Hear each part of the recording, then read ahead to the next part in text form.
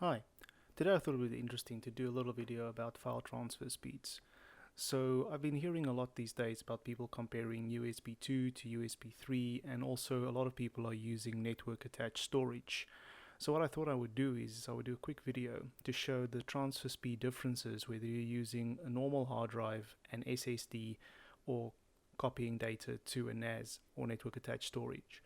So if you look at this sheet over here, what I'm going to be doing is a series of benchmarks where we'll be copying files using a reader to a solid state drive, hard drive NAS, using USB 3, USB 2, using a camera to do it via USB 2, as my camera only supports USB 2 transfer medium.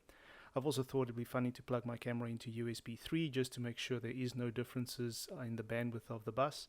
Then also if you import with Lightroom, what's the differences where they're going from straight to camera. We're using USB 2 or 3, and then also have a benchmarking set to copy data directly from a hard drive to NAS as well. So next we're going to look at the hardware we're going to use to do these tests. For this benchmark, my processor is going to be an Intel Skylake Core i5-6600K. I'm going to use a Samsung Evo 850 500 gig solid state hard drive. I'm going to be using a Western Digital Blue 4TB 5400 RPM hard drive. The USB 3 card reader is a Lexar reader. For USB 2 I'm going to be using my Nikon D7200. For the NAS or network attached storage I'm using a Western Digital MyCloud 3TB, and this is connected using gigabit networking. And then the card I'm using is a SanDisk 64GB Extreme. So just a quick disclaimer on this. Obviously if you're running Mac or you're running a different PC or different hard drives, your results may vary. This is by no means a video to say that all PCs are running the same speed and all drives are running the same speed. This is my daily rig that I use for both a bit of casual gaming and photography and work, and hence this is the results I'm getting on my device. Please take some time to test your own device if you don't agree and see what your specs are. So let's take a quick look at how I'm going to do the benchmarks. What I have here is the disk reader open with some images that I've taken, and I've got my solid state disk open here. I've got my hard drive open over here, and then I've got the NAS. Next I've got the task manager open so we can see what network trafficking or disk traffic we're having.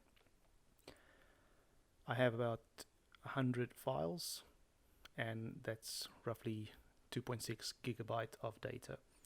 And all that I'm going to do is drag the files across to each one of these medias independently, and I'm going to time the results and then show that at the end.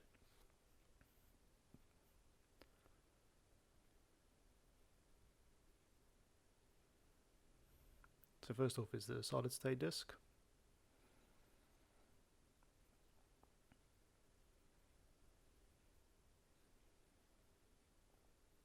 Next is the hard drive, and we can definitely see better performance already from the solid state disk.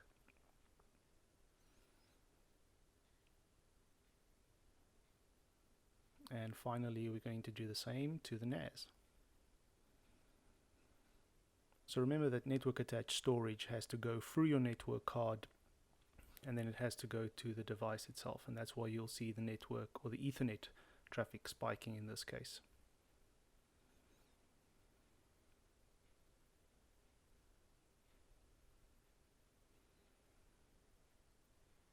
So while this is copying, we're going to do the same for all the other tests, and then I'll post the results at the end.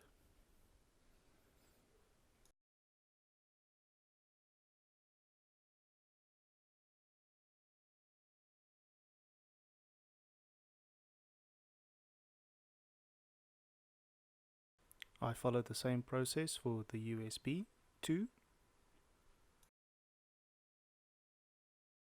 For the NAS control, I simply copied the files from both the SSD and the hard drive to the NAS independently, just to make sure there's no bottlenecks happening on the network itself. And lastly, for Lightroom, I opened up a new catalog and then individually imported from the card reader and the camera firstly to the hard drive and then to the solid state. And here's the results. So we can see the card reader on USB 2 versus USB 3 doesn't make such a big difference. However, we do see a big difference versus the card reader on USB 3 and the camera on USB 2, which makes me wonder what Nikon's doing in the bodies that makes the read speed so slow. One thing that was strange for me was if you look at the Lightroom import at the bottom, if you copy the files from your USB 3 card reader to your SSD, it usually takes only 3 seconds. However, importing it with Lightroom, now this is without generating previews, was considerably longer at 48 seconds, which again makes you wonder what the software is doing.